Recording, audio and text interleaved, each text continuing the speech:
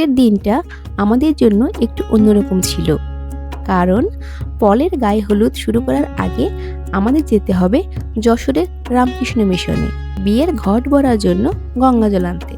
তাহলে চলুন আমাদের সঙ্গে আজকের এই সুন্দর আয়োজনটা দেখে আসুন। সকাল 10টার দিকে বাড়ির সবাই তৈরি হয়ে গেলাম, আর আমাদের সঙ্গে ছিল আমাদের ছোট্ট ছোট্ট মিষ্টি বাচ্চারাও। ওদের সাজটা কিন্তু আজ সত্যিই খুব সুন্দর হয়েছিল। সবাইকে দেখে মনে হচ্ছিল বিয়ের আনন্দটা যেন আগে থেকেই শুরু হয়ে গেছে।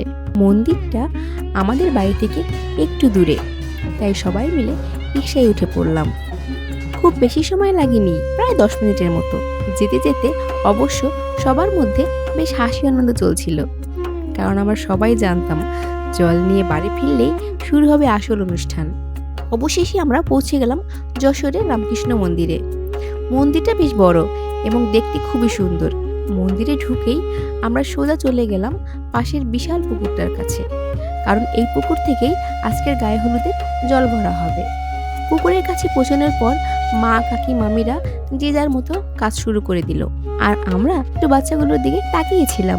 কি সুন্দর করে সেজেছিল ওরা। সব আয়োজন শেষ করে অবশেষে ঘরটা জল দিয়ে ভরে নেওয়া হলো। জল ঘট ভরা হয়ে গেলে সবাই মিলে কয়েকটা ছবি তুলে নিলাম। আসলে বিয়ে বাড়ির এই ছোট ছোট মুহূর্তগুলি পরে সবচেয়ে বেশি মনে পড়ে।